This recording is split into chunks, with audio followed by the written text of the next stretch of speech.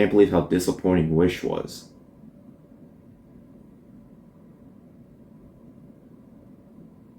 I said, I can't believe how disappointing Wish was.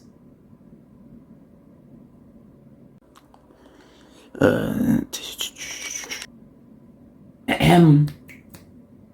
Huh? What? Aren't you going to call me a Disney hater again? Yeah, about that. You know, Disney's not really my thing anymore. All they've been doing is just making live action remakes to old classic films that just come out as woke or just flat out just unwatchable for my standards. And they're just posting nothing but Marvel stuff and Star Wars stuff. Yeah, they don't, yeah, you know what, I just don't even care anymore. You know, just, you're free from me, so you won't have to worry about me anymore. So you're not going to complain that this movie is not even going to come close to getting a perfect score from me? Nope. For now, anyways.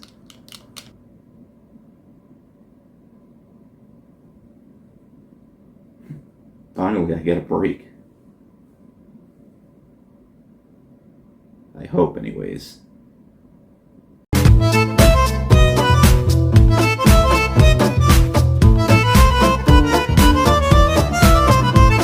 Hey guys, what is up? This is Matthew Davis, me once again. Welcome back to another movie review, aka After I Saw. This time it is going to be on Disney's Wish. Now, in this film, we follow Asha, a young girl who lives in a town where everybody has a wish, and the wishes are kept by this man named Magnifico, or something like that.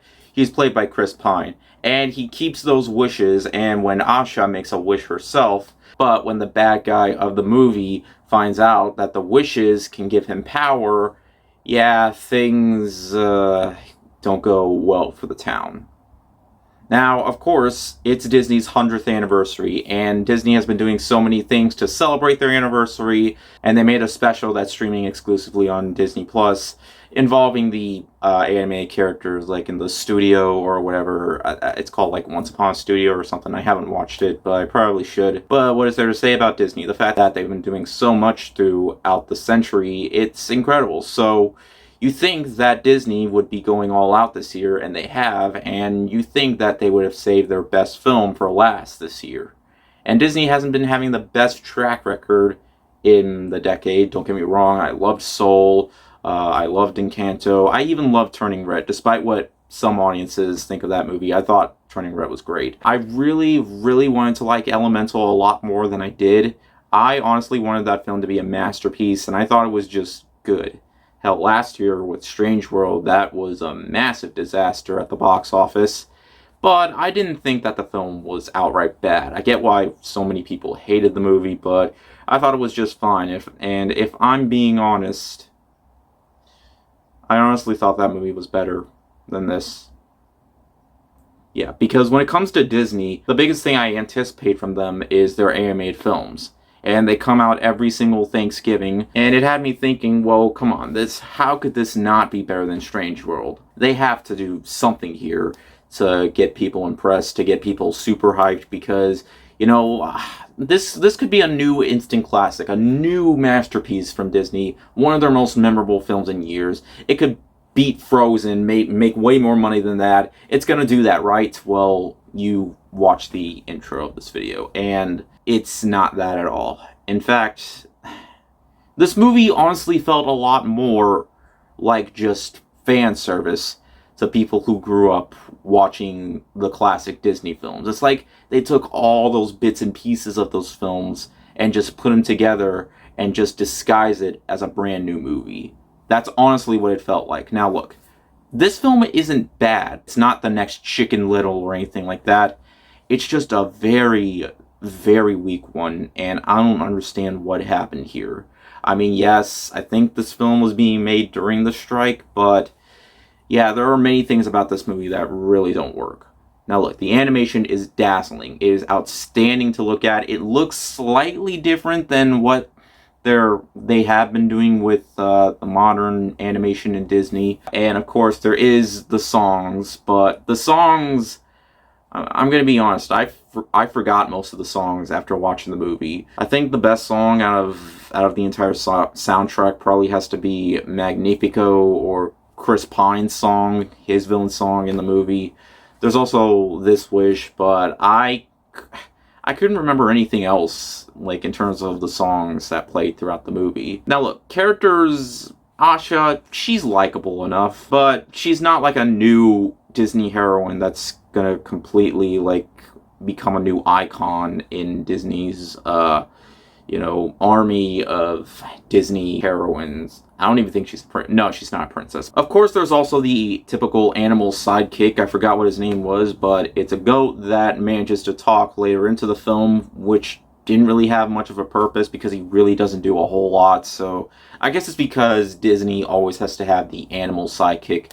And it does have a lot of typical stuff that we do see in Disney movies. It has pretty much every single Disney cliche you would see, with some nostalgic Easter eggs put in there. And there are quite a bit of references. Some people will go like, oh, yes, I see what they did there. Oh, but really, though, they didn't really have a whole lot of purpose. Disney has been doing a lot in terms of nostalgia values, but they really don't have much of a purpose anymore. I mean, I feel like it did work in Chip 'n Dale Rescue Rangers, because that movie was technically taking place around Disney Studios, so that made sense. Right here, the Easter eggs and all that, it honestly feels a lot more like a fan-made film, because if you take all the references in there and you got the story, which the story is alright, but the fact that it focuses a lot on the references and stuff, it just kind of takes away from that storyline. And the story could have been so much better if they just didn't need to focus on all the references. Like, even some characters are references. Like, there's Asha's friends, which are basically like the seven dwarves. There's a bunch of animals that represent Bambi. One rabbit that involves Thumper from Bambi. There's a reference to the fairy godmother and Cinderella. Yeah, I just feel like they just gone way too overboard here and didn't really give us exactly what they should be doing, and that's make a film that's just completely, like, new and original, and will completely, like, be a new groundbreaking experience for animation and cinema in general. But it just comes together as less of a new film and more of, well, you pretty much get it at this point. There really wasn't a whole lot to Wish that I could say makes it worth the trip. Sure, I guess if you're like a humongous, ginormous Disney fan who's collected all the merchandise and you just love references and Easter eggs, you'll probably love this movie way more than I did. But hey, I'm a Disney fan.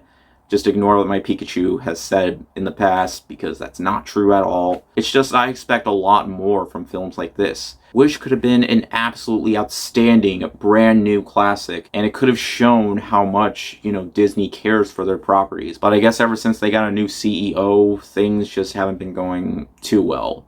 I mean, after watching this, it just has me afraid of what's going to happen in Disney's future filmography. And in the end, guys, Wish just... it could have been so much more. It could have been a great way to end off the year of the 100-year celebration of Disney, but just falls flat, and it honestly didn't feel like there was a whole lot to the film other than stuff that we have seen in Disney films. Like, they could have done far more justice to the story and just kept the Easter eggs completely out. Like, even with films like Frozen, that wasn't a film that relied on Easter eggs, not even Encanto. Disney has shown that they can make brand new properties without having to do all these callbacks to their original films. That's pretty much what their live-action movies have been doing. And I won't lie, I didn't mind Little Mermaid, but it still wasn't necessary.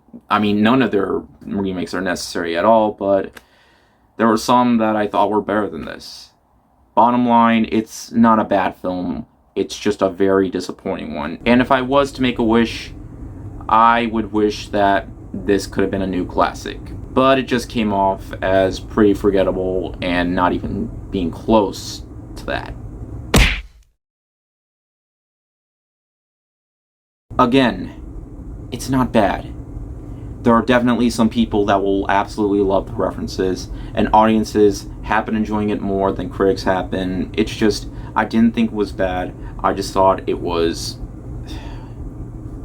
you pretty much get it at this point. But I did run to another Best Buy, and I did get a couple more things that weren't in my last video, my Black Friday special. I got Wayne's World and Wizard of Oz, so there's that. But anyways, thank you guys so much for watching. I am sure I'm going to get quite a bit of views on this one because I get way more views on my animation stuff than my non-animation stuff. So yeah, but yeah. Anyways, yeah, thanks for watching, and I'll see you guys later. Word out.